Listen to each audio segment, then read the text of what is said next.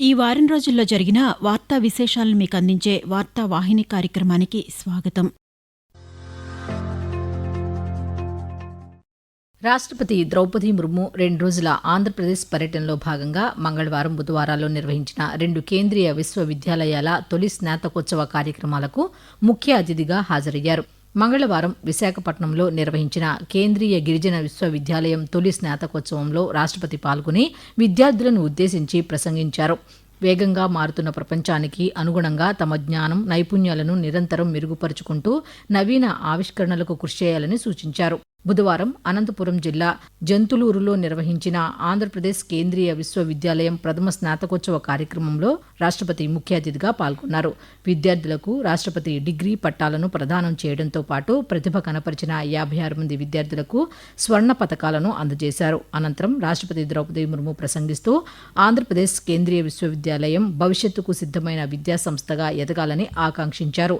ఈ విశ్వవిద్యాలయం దేశానికి ఉత్తమ మానవ వనరులను అందించే గొప్ప విద్యా కేంద్రంగా అభివృద్ధి చెంది 2047 నాటికి అభివృద్ధి చెందిన భారతదేశం లక్ష్య సాధనలో కీలక పాత్ర పోషిస్తుందని రాష్ట్రపతి పేర్కొంటూ, महिला सशक्तिकरण बढ़ते कदमों के साथ ही ये उपलब्धि संस्था की समावेशी सोच और जेंडर जस्टिस के प्रति संवेदनशीलता की भी को दर्शाता है. इस जनजातीय विश्वविद्यालय पर अनेक विशेष जिम्मेदारियां हैं. ये अपेक्षा की जाती है कि ये विश्वविद्यालय जनजातीय समाज के आत्मविश्वास, नेतृत्व और नीति निर्माण का केंद्र बने. డిజిటల్ ఇండియా ప్రారంభించి బుధవారానికి 11 సంవత్సరాలు పూర్తయిన సందర్భంగా ప్రధానమంత్రి సామాజిక మాధ్యమం ఎక్స్ వేదికగా స్పందించారు. ఈ కార్యక్రమం ప్రజల జీవితంలోని ప్రతి రంగాన్ని ప్రభావితం చేసిందని అన్నారు. పేదలు, అణగారిన వర్గాల సాధికారతకు డిజిటల్ ఇండియా కీలక పాత్ర పోషించిందని, ప్రజల జీవన సౌలభ్యాన్ని మరింత సులభతరం చేసిందని పేర్కొన్నారు. ఆప్టికల్ ఫైబర్ నెట్వర్క్ విస్తరణ నుంచి డిజిటల్ లావాదేవీల పెరుగుదల వరకు ఈ కార్యక్రమం సాధించిన అపూర్వ విజయాలు ప్రపంచ దృష్టిని భారత్ వైపు ఆకర్షించాయని చెప్పారు. అంతరాయం లేని డిజిటల్ చెల్లింపులు బదిలీ డీబీటీలు పారదర్శకంగా లబ్ధిదారులకు చేరుతున్నాయని వివరించారు. కేంద్ర పంచాయతీరాజ్ మంత్రిత్వ శాఖ 16వ ఆర్థిక సంఘం సిఫార్సుల అమలుపై రాష్ట్రాల పంచాయతీరాజ్ మంత్రుల జాతీయ సదస్సును ఢిల్లీలో నిర్వహించింది. 16వ ఆర్థిక సంఘం గ్రామీణ స్థానిక సంస్థలకు 4,35,236 కోట్ల రూపాయల నిధులను సిఫార్సు చేసిందని ఆ మంత్రిత్వ శాఖ శుక్రవారం వెల్లడించింది. ఇవి 15వ ఆర్థిక సంఘం 5 ఏళ్ల కాలానికి చేసిన కేటాయింపులతో పోలిస్తే సుమారు 84% అధికమని పేర్కొంది. ఈ సందర్భంగా కేంద్ర పంచాయతీరాజ్ శాఖ మంత్రి రాజీవ్ రంజన్ సింగ్ పాత్రికేయులతో మాట్లాడుతూ 16వ ఆర్థిక సంఘం పంచాయతీలకు 80% ప్రాథమిక గ్రాంట్లు, 20% పనితీరు ఆధారిత గ్రాంట్లను ప్రతిపాదించినట్లు తెలిపారు. వికసిత్ భారత్ 2047 లక్ష్య సాధనలో ఆర్థికంగా బలోపేతమైన డిజిటల్ సదుపాయాలతో కూడిన గ్రామ పంచాయతీలు సమ్మిళిత సుస్థిర అభివృద్ధిలో మరింత కీలక పాత్ర పోషిస్తాయని తెలిపారు. ప్రధానమంత్రి నరేంద్ర మోదీ జపాన్ ప్రధానమంత్రి సనాయే తకైచితో గురువారం ఢిల్లీలో 16వ వార్షిక శిఖరాగ్రస్థాయి చర్చలు జరిపారు. ఆర్థిక ఇంధన భద్రత, ఔషధ రంగం, రక్షణ, కృత్రిమ మేధస్సు, ఏఐ వంటి వివిధ రంగాల్లో అనేక ఒప్పందాలను ఇరు దేశాలు కుదుర్చుకున్నాయి. అనంతరం జరిగిన సంయుక్త విలేకరుల సమావేశంలో నరేంద్ర మోదీ మాట్లాడుతూ, భారత్, జపాన్ దేశాలు రక్షణ రంగంలో మొట్టమొదటిసారిగా ఉమ్మడి ప్రాజెక్టుపై చారిత్రాత్మక ఒప్పందం కుదుర్చుకున్నాయని తెలిపారు. భారత్, జపాన్ ప్రపంచంలోని అతిపెద్ద ఆర్థిక వ్యవస్థల్లో నేడు ఉన్నాయని, స్వేచ్ఛాయుత బహిరంగ ఇండో పసిఫిక్ ప్రాంతం అనేది 2 దేశాలకు ఉమ్మడి ప్రాధాన్యతగా ఉందని ప్రధానమంత్రి పేర్కొంటూ, भारत और जापान दोनों इकोनॉमिक सिक्योरिटी और एनर्जी सिक्योरिटी का महत्व अच्छी तरह समझते हैं. इसी दिशा में आज हमने इकोनॉमिक सिक्योरिटी के लिए एक ज्वाइंट रोड मैप तैयार किया. इसके माध्यम से हम सेमीकंडक्टर, क्वांटम और एडवांस मटेरियल जैसे स्ट्रेटेजिक क्षेत्रों में सप्लाई चेन रेजिलियंस को मजबूत करेंगे. इंडिया जापान बायोगैस इनिशिएटिव के माध्यम से हमें भारत में 1000 बायोगैस और ऑर्गेनिक फर्टिलाइजर प्लांट्स लगाने में सहायता मिलेगी. త్రిభాషా విధానానికి సంబంధించి central board of education CBSE కొత్త మార్గదర్శకాలను సోమవారం విడుదల చేసింది. ప్రస్తుతం 10వ తరగతి విద్యార్థులు కొత్త భాషా విధానాన్ని అనుసరించాల్సిన అవసరం లేదని బోర్డు స్పష్టం చేసింది. అలాగే ప్రస్తుతం 7, 8, 9వ తరగతుల్లో చదువుతున్న విద్యార్థులు 10వ తరగతికి వచ్చిన తర్వాత 3వ భాషలో బోర్డు పరీక్ష రాయాల్సిన అవసరం ఉండదని సిబిఎస్ఈ తెలిపింది. ఈ మార్పులు ప్రస్తుతం చదువుతున్న వారిపై తక్షణ ప్రభావం చూపవని పేర్కొంది. ఇప్పటికే 7, 8, 9వ తరగతుల్లో 2 విదేశీ భాషలను ఎంపిక చేసుకున్న విద్యార్థులు అదే విధానాన్ని కొనసాగించవచ్చని, అయితే దానికి అదనంగా ఒక భారతీయ స్థానిక భాషను కూడా అభ్యసించాల్సి ఉంటుందని బోర్డు వెల్లడించింది. త్రిభాషా విధానం ద్వారా భారతీయ భాషల ప్రోత్సాహం, భాషా వైవిధ్య పరిరక్షణ లక్ష్యంగా ఈ మార్గదర్శకాలు రూపొందించినట్లు సిబిఎస్ఈ పేర్కొంది. భారత 31వ సైన్యాధిపతిగా జనరల్ ధీరజ్ సేత్ ఢిల్లీలో మంగళవారం జరిగిన కార్యక్రమంలో పదవి బాధ్యతలు స్వీకరించారు. సాయుధ దళాల్లో 40 ఏళ్లకు పైగా సేవలందించి పదవీ విరమణ చేసిన జనరల్ ఉపేంద్ర ద్వివేది స్థానంలో ఆయన బాధ్యతలు చేపట్టారు. ఖడ్క్వాసాలోని నేషనల్ డిఫెన్స్ అకాడమీ పూర్వ విద్యార్థి అయిన జనరల్ ధీరజ్ సేత్ 1986 డిసెంబర్లో ఆర్మడ్ కోర్లో చేరారు. 31వ సైన్యాధిపతి కావడానికి ముందు ఉప సైన్యాధిపతిగా సేవలందించారు. ప్రధానమంత్రి నరేంద్ర మోదీ అధ్యక్షతన ఢిల్లీలో బుధవారం కేంద్ర మంత్రివర్గ సమావేశం జరిగింది. ఆ వివరాలను కేంద్ర సమాచార ప్రసార శాఖ మంత్రి అశ్విని వైష్ణవ్ పాత్రికేయులకు వెల్లడిస్తూ, ద్వారకా ఎక్స్ప్రెస్ వేను ఢిల్లీలోని నెల్సన్ మండేలా మార్గ్, వసంత్ కుంజ్తో అనుసంధానించే 6 వరుసల రహదారి సొరంగం నిర్మాణానికి కేంద్ర ప్రభుత్వం ఆమోదం తెలిపిందని, 14,115 కోట్ల రూపాయల విలువైన రోడ్డు, మౌలిక వస్తుల ప్రాజెక్టులకు ఆమోదం లభించిందని చెప్పారు. ఈ ప్రాజెక్టు ద్వారా పశ్చిమ ఢిల్లీ, దక్షిణ ఢిల్లీ మధ్య వేగవంతమైన రవాణా సౌకర్యం అందుబాటులోకి వస్తుందని మంత్రి పేర్కొన్నారు. అదేవిధంగా ఉత్తరప్రదేశ్లో జాతీయ రహదారి నంబర్ 34 పరిధిలోని 117.7 కిలోమీటర్ల మేర 4-6 వరుసల యాక్సెస్ కంట్రోల్డ్ కాన్పూర్ కబ్రాయ్ విభాగాన్ని బీఓటీ టోల్ విధానంలో నిర్మించడానికి సైతం కేబినెట్ ఆమోదం తెలిపిందని చెప్పారు. గత 2 ఏళ్లలో ఎన్డీఏ ప్రభుత్వం దేశవ్యాప్తంగా రహదారులు, రైల్వే ప్రాజెక్టులకు భారీగా నిధులు కేటాయించిందని అశ్విని వైష్ణవ్ వెల్లడిస్తూ, NDA 3 माननीय प्रधानमंत्री श्री नरेंद्र मोदी जी के इस ऐतिहासिक टर्म में बहुत सारे हाईवे के, रेलवे के, मेट्रो के और इंफ्रा के प्रोजेक्ट्स बहुत सारे लिए गए हैं. समरी में देखें तो 57 रेलवे प्रोजेक्ट्स 2,60,000 करोड़ के, 36 हाईवे प्रोजेक्ट्स 3,70,000 करोड़ के, 12 मेट्रो प्रोजेक्ट्स 1.5 लाख करोड़ के, 5 नए एयरपोर्ट्स और मॉडिफाइड उड़ान स्कीम 37,000 करोड़, फिर वाडवन पोर्ट और शिप रिपेयर फैसिलिटी, शिपिंग के रिफॉर्म्स मिला के 1.5 लाख करोड़ करीब. జనాభా మార్పులపై ఏర్పాటు చేసిన ఉన్నత స్థాయి కమిటీ తన సిఫార్సులను వీలైనంత త్వరగా సమర్పించాలని కేంద్ర హోంమంత్రి అమిత్ షా ఆదేశించారు. కమిటీ సభ్యులతో బుధవారం ఆయన ఢిల్లీలో సమావేశమయ్యారు. దేశంలోని జనాభా మార్పులకు సంబంధించిన అంశాలపై ప్రత్యక్ష సమాచారం సేకరించేందుకు వివిధ రాష్ట్రాలు, కేంద్రపాలిత ప్రాంతాల్లో పర్యటించనున్నట్లు కమిటీ హోంమంత్రికి తెలిపింది. ఈ పర్యటనల సందర్భంగా ఆయా రాష్ట్ర ప్రభుత్వాలు, కేంద్రపాలిత ప్రాంతాల పరిపాలనా విభాగాలతో సమావేశమై వివరాలను సేకరించనున్నట్లు వెల్లడించింది. అలాగే జనాభా మార్పులకు సంబంధించిన అంశాలపై అభిప్రాయాలు, సూచనలు పొందేందుకు కేంద్ర ప్రభుత్వంలోని వివిధ మంత్రిత్వ శాఖలతోనూ సంప్రదింపులు జరపనున్నట్లు కమిటీ పేర్కొంది. రాష్ట్రాలు, కేంద్రపాలిత ప్రాంతాల నుంచి ముందుగానే అవసరమైన సమాచారాన్ని సేకరించేందుకు ఒక సమగ్ర ముసాయిదాను సిద్ధం చేసినట్లు కమిటీ హోంమంత్రికి వివరించింది.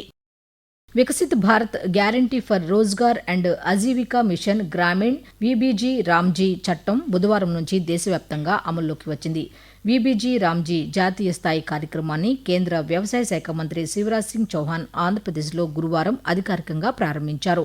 తిరుపతి జిల్లా రైల్వే కోడూరు నియోజకవర్గంలోని ఓబులవారిపల్లి మండలం ముక్కావారిపల్లి గ్రామంలో నిర్వహించిన కార్యక్రమంలో వీబీజీ రామ్జీ ప్రోత్సాహక గీతాన్ని, పథకం సమాచార సంచికను, పోర్టల్ను ఆవిష్కరించి లబ్ధిదారులకు రోజ్గార్ గ్యారంటీ కార్డులను పంపిణీ చేశారు. అనంతరం కేంద్ర మంత్రి శివరాజ్ సింగ్ చౌహాన్ మాట్లాడుతూ, వీబీజీ రామ్జీ యోజన ద్వారా గ్రామీణ పేదలకు మరింత ఉపాధి భద్రత కల్పిస్తున్నామని తెలిపారు. గతంలో 100 రోజుల ఉపాధి ఉండగా వీబీజీ రామ్జీ పథకం కింద శ్రామికులకు 125 రోజుల ఉపాధి లభిస్తుందని కేంద్ర మంత్రి శివరాజ్ సింగ్ చౌహాన్ పేర్కొంటూ, आज विकसित भारत जी राम जी योजना लागू हो रही है. ऐसी कृपा की वर्षा कीजिए कि हमारा कोई गरीब मजदूर बिना काम के ना रहे. हर हाथ को काम, हर पेट को रोटी, कोई गरीब बिना काम के ना रहे. इसके लिए ये योजना आई है. विकसित भारत जी राम जी योजना में मनरेगा में केवल 100 दिन रोजगार मिलता था. विकसित भारत जी राम जी योजना में पूरे 125 दिन मजदूर को रोजगार मिलेगा. భారతదేశాన్ని ఎలక్ట్రిక్ మొబిలిటీ హబ్గా నిర్మించడం అనే అంశంపై ఢిల్లీలో గురువారం జరిగిన జాతీయ సదస్సులో కేంద్ర పర్యావరణ, అటవీ, వాతావరణ మార్పుల శాఖ మంత్రి భూపేంద్ర యాదవ్ పాల్గొన్నారు. ప్రారంభోపన్యాసంలో కేంద్ర మంత్రి ప్రసంగిస్తూ అభివృద్ధిని, సుస్థిరతను సమతుల్యం చేసే విధానాల ద్వారా పర్యావరణ పరిరక్షణ చర్యలు చేపడుతున్నట్లు వెల్లడించారు. పర్యావరణం, ఆర్థిక వ్యవస్థ రెండూ కలిసి అభివృద్ధి చెందాలన్నది కేంద్ర ప్రభుత్వ విధానమని ఆయన చెప్పారు. ఓవైపు దేశంలో వేగవంతమైన పారిశ్రామిక అభివృద్ధి జరుగుతున్నప్పటికీ దేశ అటవీ విస్తీర్ణం 2014లో 7,01,673 చదరపు కిలోమీటర్లు ఉంటే ఈ రోజుకి 7,15,000 చదరపు కిలోమీటర్లకు పెరిగిందని కేంద్ర మంత్రి గుర్తు చేశారు. జమ్మూ కశ్మీర్లో ప్రసిద్ధ అమర్నాథ్ యాత్ర శుక్రవారం నుంచి ప్రారంభమైంది. జమ్మూలోని భగవతీ నగర్ యాత్రీ నివాస్ నుంచి అమర్నాథ్ యాత్రికుల తొలి బృందాన్ని లెఫ్టినెంట్ గవర్నర్ మనోజ్ సిన్హా గురువారం జెండా ఊపి ప్రారంభించారు. ఈ సందర్భంగా లెఫ్టినెంట్ గవర్నర్ మనోజ్ సిన్హా మాట్లాడుతూ యాత్రికుల భద్రత, సౌకర్యాలకు అన్ని ఏర్పాట్లు చేసినట్లు తెలిపారు. అమర్నాథ్ యాత్ర సురక్షితంగా కొనసాగేందుకు జిల్లా యంత్రాంగం విస్తృత ఏర్పాట్లు చేసినట్లు అధికారులు తెలిపారు. జమ్మూలోని భగవతీ నగర్ బేస్ క్యాంపు నుంచి 4,822 మంది యాత్రికులతో కూడిన తొలి బృందం కట్టుదిట్టమైన భద్రత మధ్య అమర్నాథ్ క్షేత్రానికి బయలుదేరింది. 57 రోజుల పాటు సాగే ఈ యాత్ర ఆగస్టు 28న ముగియనుంది. ఆంధ్రప్రదేశ్లోని తిరుపతిలో ప్రణాళిక శాఖ ఆధ్వర్యంలో నిర్వహించిన పాలన కోసం ఆర్థిక సమాచార విశ్లేషణ అంశంపై గురు, శుక్రవారాల్లో రాష్ట్ర స్థాయి కార్యశాల జరిగింది. ఈ కార్యశాలను ముఖ్యమంత్రి నారా చంద్రబాబు నాయుడు ప్రారంభించి మాట్లాడుతూ డేటా ఆధారిత పాలన, సాంకేతికత వినియోగంతో ఆంధ్రప్రదేశ్ను బలమైన ఆర్థిక వ్యవస్థగా తీర్చిదిద్దేందుకు ప్రభుత్వం కృషి చేస్తోందని తెలిపారు. ప్రభుత్వ శాఖల సమాచారాన్ని ఒకే వేదికపైకి తీసుకువచ్చే డేటా లేక్, ఆరోగ్య రంగంలో సంజీవిని వంటి కార్యక్రమాలను అమలు చేస్తున్నామని వెల్లడించారు. ప్రస్తుతం డేటానే సంపదగా మారిందని, భవిష్యత్తులో డేటా ఆధారిత నిర్ణయాలకే అత్యధిక ప్రాధాన్యత ఉంటుందని ముఖ్యమంత్రి పేర్కొంటూ Data is wealth, according to me. You are having proper data. You will arrive a real solution for execution, for monitoring, for corrective measures. There is no proper data. If you feed computer garbage, garbage will come. If you feed proper data, nothing like that on health or education, agriculture, everything. It is a big game changer.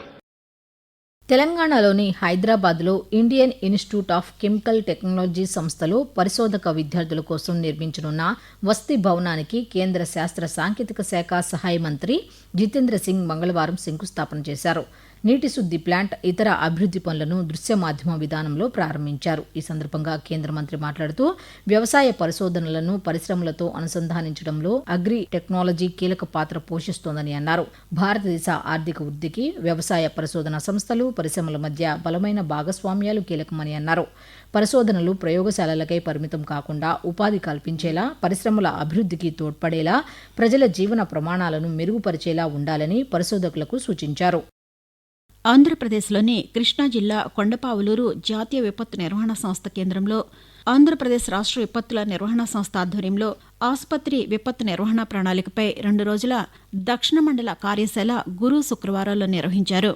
ఆంధ్రప్రదేశ్తో పాటు తెలంగాణ, కర్ణాటక, తమిళనాడు, కేరళ, పుదుచ్చేరి రాష్ట్రాల ప్రతినిధులు ఈ కార్యశాలలో పాల్గొన్నారు. ఈ సందర్భంగా రాష్ట్ర విపత్తుల నిర్వహణ సంస్థ ఎగ్జిక్యూటివ్ డైరెక్టర్ కౌసర్ బానో మాట్లాడుతూ విపత్తులు, అత్యవసర పరిస్థితుల్లో ప్రజల ప్రాణాలను కాపాడడంలో ఆసుపత్రులు కీలక పాత్ర పోషిస్తాయని అన్నారు.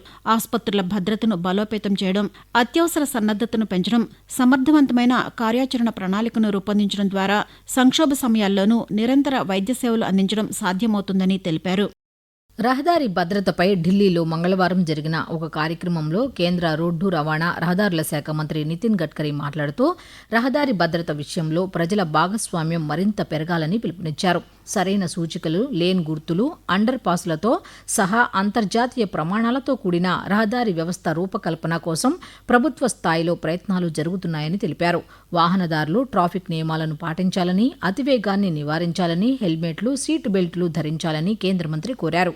అదేవిధంగా రహదారి నిబంధనలు పాటించాలని, వాహనం నడుపుతున్నప్పుడు మొబైల్ ఫోన్లు వాడకుండా ఉండాలని నితిన్ గడ్కరీ సూచించారు. ఈ వారం రోజుల్లో జరిగిన వార్తా విశేషాలను మీకు అందించే వార్తా వాహిని కార్యక్రమాన్ని ఇప్పటి వరకు విన్నారు. వ్యాఖ్యానం షేక్ మస్తాన్బీ, ఎస్ మణిశ్రీ. సమర్పణ ప్రాంతీయ వార్తా విభాగం, ఆకాశవాణి విజయవాడ కేంద్రం.